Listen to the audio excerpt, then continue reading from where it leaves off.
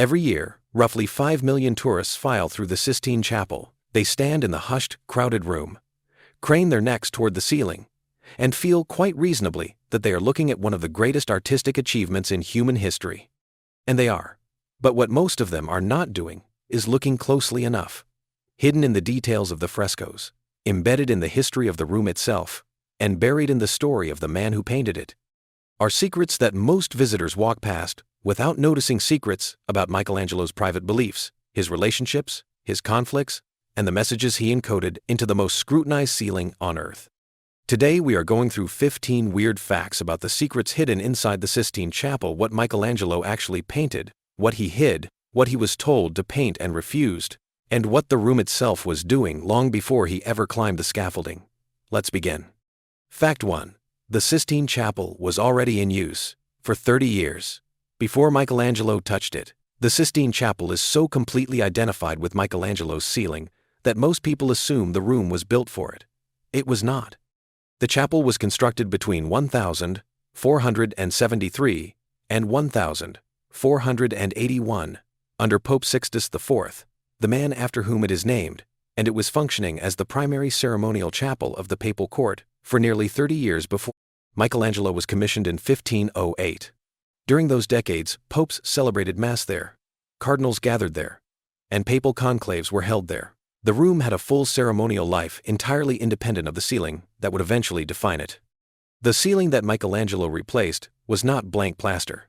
It was a deep blue field, painted with gold stars, a perfectly conventional representation of the heavens that was entirely appropriate for a 15th century papal chapel, and was, by the standards of its time, a handsome and fitting decoration. When Pope Julius II commissioned Michelangelo to replace it, he was not filling an empty space. He was demolishing a completed work. The blue star-filled ceiling that covered the Sistine Chapel for its first 3 decades of existence has not survived. We know it only from descriptions. Whatever it looked like, it was not considered worth keeping when a more ambitious vision became available. Fact 2. Michelangelo refused the commission and had to be forced. The story of Michelangelo painting the Sistine Chapel ceiling is almost universally told as a story of artistic triumph. What is less often told is that Michelangelo did not want to paint it.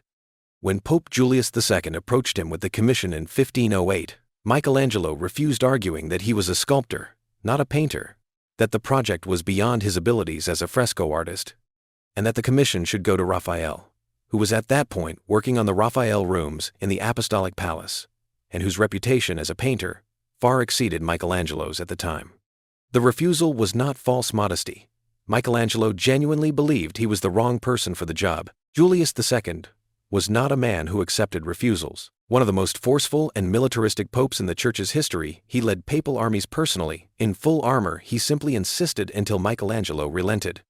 The correspondence from the period shows a man who accepted the commission under protest and entered the project with deep misgivings. What followed was 4 years of extraordinary physical and psychological difficulty. Michelangelo worked largely alone on the scaffolding, in conditions that by his own account permanently damaged his posture, his eyesight, and his health. He wrote a sardonic poem describing the physical ordeal: his belly pushed toward his chin, paint dripping into his eyes, his brush above his face. That is one of the most unexpectedly human documents in Renaissance art history. Fact 3. The original commission was far more limited than what was painted. When Julius II finally secured Michelangelo's agreement, the original commission was considerably more modest than the ceiling that now exists. The initial plan called for paintings of the 12 apostles and the spandrels, the triangular spaces between the windows, with a simple geometric pattern filling the rest of the ceiling. It was a straightforward decorative scheme, ambitious in scale but conventional in iconographic conception. It was, in short, exactly the kind of commission a reluctant painter might be able to execute without too much creative investment. Michelangelo rejected this plan almost immediately after beginning work. In a letter to a friend, he described the original design as a poor thing, povera cosa, and convinced Julius II to give him essentially unlimited iconographic freedom to conceive an entirely different program. What he produced instead was one of the most theologically and visually complex painted programs ever devised.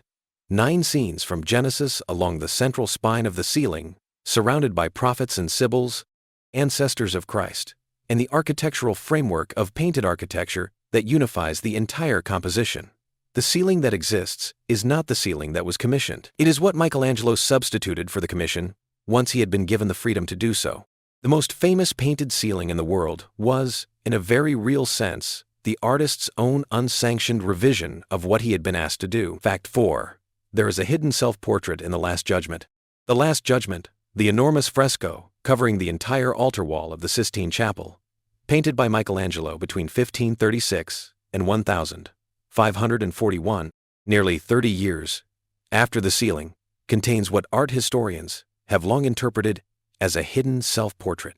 In the lower right section of the composition, the figure of Saint Bartholomew is depicted holding his own skin, a reference to the method of his martyrdom, being flayed alive. The flayed skin hanging from Bartholomew's hand bears a distorted, anguished face that most scholars have identified as a self-portrait of Michelangelo himself. The interpretation carries significant weight, given the period of Michelangelo's life in which the Last Judgment was painted. He was in his 60s, physically diminished from the years of ceiling work, deeply engaged with questions of sin, salvation, and spiritual worthiness that characterized his late religious poetry. The image of his own face, on a discarded skin depicted at the moment of divine judgment, in the most theologically charged painting of his career, has been read as an expression of profound spiritual anxiety. A man uncertain of his own salvation, representing himself as literally empty, a shed skin held by a martyred saint at the moment when all accounts are settled. It is one of the most intimate and most disturbing self-portraits in the history of art, hidden in plain sight on the most public wall in Catholic Christendom. Fact 5. The ceiling's colors were almost completely unknown until the 1980s restoration. For most of the Sistine Chapel ceiling's 500-year history, its colors were not the colors Michelangelo painted. Centuries of candle smoke, incense residue, mineral deposits from water infiltration, and the grime of the 1565 restoration, which applied a coat of animal glue that darkened and yellowed over time, had transformed the vivid palette Michelangelo used into a somber, subdued tonal range that art historians took to be the artist's deliberate choice. The dark, weighty color scheme was written into analyses of Michelangelo's style. It influenced generations of painters who studied the ceiling as a model. It was, essentially, accepted as what Michelangelo had intended. The restoration that ran from 1980 to 1994, the most extensive conservation project ever undertaken on the ceiling, revealed something that shocked the art world. Beneath the accumulated dirt and the yellowed glue layer was a palette of extraordinary vibrancy. Bright yellows, sharp greens, vivid pinks and oranges, colors that had been entirely invisible for centuries, turned out to be central to Michelangelo's original conception. The restoration was controversial.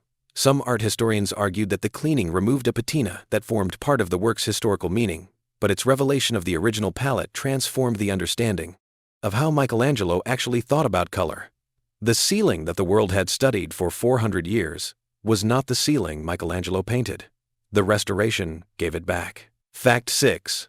Michelangelo painted himself into the ceiling too as a prophet. The self-portrait in the Last Judgment's flayed skin is not the only place Michelangelo hid himself in the Sistine Chapel. Art historians have long identified the figure of the prophet Jeremiah, one of the 7 Old Testament prophets painted in the large spandrel positions around the ceiling, as a self-portrait from the period of the ceiling's completion. Jeremiah is depicted as a massive, brooding figure, hunched in exhausted contemplation, his head resting heavily on one hand, his expression one of profound weariness and dejection. He looks, in short, like a man who has just spent 4 years painting a ceiling against his will. The identification is supported by the figure's physical resemblance to other known portraits of Michelangelo, and by the iconographic appropriateness of the choice. Jeremiah was the prophet of lamentation, the author of the Book of Lamentations, the prophet who wept for the destruction of Jerusalem, and who is most associated with the spiritual suffering of one who sees clearly and is not believed. The selection of this particular prophet for a self-referential portrait at the conclusion of an extraordinarily difficult commission undertaken under duress is not an accident. Michelangelo, who had a gift for communicating personal feeling through ostensibly impersonal religious subjects, left his own exhausted face on the ceiling in the form of the most sorrowful prophet in the Hebrew Scriptures. Fact 7. The figure of God in the creation of Adam may contain a hidden anatomical diagram. The most analyzed detail in the entire Sistine Chapel ceiling is almost certainly the gap between the outstretched fingers of God and Adam. In the creation of Adam, the image so famous that it has become a universal shorthand for the concept of divine contact. But a theory first proposed in 1990 by the physician Frank Lynn Meshberger has attracted serious scholarly and scientific attention: that the shape surrounding God and the angels in that panel, the billowing red cloak, and the assembled figures, precisely replicates the outline of a human brain in cross-section. Meshberger's analysis, published in the Journal of the American Medical Association, mapped the contours of the drapery against anatomical diagrams and found correspondences that are difficult to dismiss as coincidental. Michelangelo was known to have had extensive knowledge of human anatomy. He performed illegal dissections of corpses as a young man in Florence, with the permission of the prior of Santo Spirito, and his anatomical knowledge was far in advance of most of his contemporaries. The theory holds that he embedded a diagram of the brain, the seat of the mind, and in Renaissance Neoplatonism, the seat of the divine spark in human beings, in the image of the moment when God breathed life into Adam. Whether deliberate code or coincidence of composition, the correspondence between the swirling drapery and the human brain remains one of the most discussed hidden elements in the history of Western art. Fact 8. The wall frescoes below the ceiling were painted by artists more famous than Michelangelo at the time. Visitors to the Sistine Chapel spend almost all of their attention looking up at the ceiling. The wall frescoes running along both sides of the chapel, painted in the 1480s under Pope Sixtus IV, a generation before Michelangelo arrived, receive a fraction of the attention they deserve, partly because necks are already strained from looking upward, and partly because the ceiling so completely dominates the room's reputation. But the artists who painted the wall frescoes were, at the time of their commission, considerably more celebrated than the young Michelangelo would have been. The wall cycle was painted by a team that included Sandro Botticelli, Pietro Perugino, Domenico Ghirlandaio, Cosimo Rosselli, and Luca Signorelli, among the most prominent artists in Italy in the 1480s. Perugino was widely considered the greatest living Italian painter at the time. Botticelli was at the height of his reputation. The wall frescoes they produced depicting scenes from the lives of Moses and Christ in parallel cycles are masterworks of late 15th century painting, filled with extraordinary portraiture, complex narrative, and sophisticated compositional thinking. They are routinely overlooked in the Sistine Chapel because they are not the ceiling. In any other room in the world, they would be the reason people came. Fact 9. Michelangelo and Pope Julius II had a relationship of almost constant conflict. The popular image of Michelangelo and Julius II is of a great patron, enabling a great artist to produce a great work. The reality was considerably more turbulent. Julius II was demanding, impatient, and constitutionally incapable of allowing creative work to proceed at its own pace.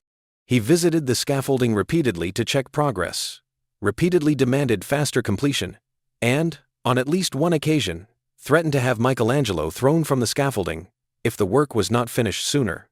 Michelangelo, who was equally intractable, responded to this pressure with a combination of resentment, passive resistance, and occasional outright departure from Rome.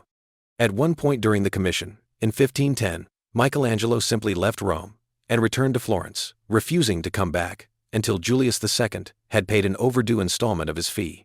He was eventually summoned back, but the pattern of demand, resentment, and reluctant compliance continued throughout the project. The correspondence between the two men and Michelangelo's letters to family members from the period document a working relationship under almost continuous stress. That the ceiling was completed at all under these conditions, in these physical circumstances. In this compressed time frame, Michelangelo finished the central scenes in just under 4 years, is as much a testament to the dysfunctional intensity of the patron-artist relationship as to any other factor. Fact 10. The Sistine Chapel has a specific musical tradition that is kept strictly secret. The Sistine Chapel gives its name to the Sistine Chapel Choir, the Coro della Cappella Sistina, one of the oldest and most prestigious choral ensembles in the world.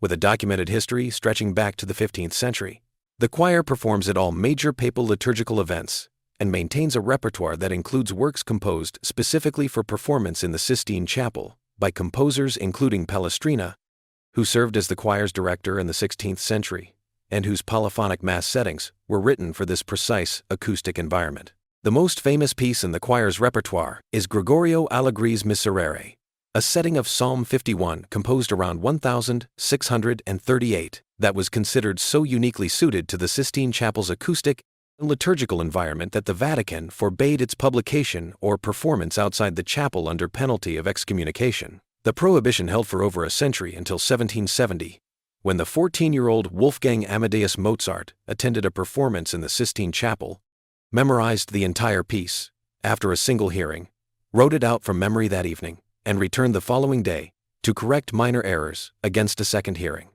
The Vatican, confronted with the fait accompli, reportedly chose not to excommunicate the child prodigy. The score was eventually published and is now widely performed. The story of how it escaped the Vatican's control is one of the most charming in the entire history of music. Fact 11. The chapel's proportions were deliberately designed to match the Temple of Solomon. The dimensions of the Sistine Chapel are not arbitrary. The building was constructed to specific proportions: 40.9, 3 meters long, 13.4, 1 meters wide, and 20.7 meters high that replicate, as closely as contemporary scholarship could determine, the dimensions of Solomon's temple as described in the first book of Kings in the Hebrew Bible. The decision to build the papal chapel to these proportions was deliberate and theologically meaningful. The Sistine Chapel was understood as the new temple, the sacred space of the Christian dispensation, corresponding to the sacred space of the Hebrew Scriptures. This typological relationship between the chapel and Solomon's temple is reflected throughout the chapel's decorative program. The wall frescoes depicting parallel scenes from the lives of Moses and Christ are arranged to show the Old and New Testaments as complementary revelations, Moses as the prefiguration of Christ, the Hebrew law as the preparation for the Christian gospel. The dimensions of the room in which all of this is displayed are themselves part of the theological argument. The Sistine Chapel is not merely a place where theology is depicted on the walls. The building itself, in its very proportions, is a theological statement about the relationship between the two great moments of divine revelation in the Judeo-Christian tradition. Fact 12. The Last Judgment caused an immediate scandal over nudity.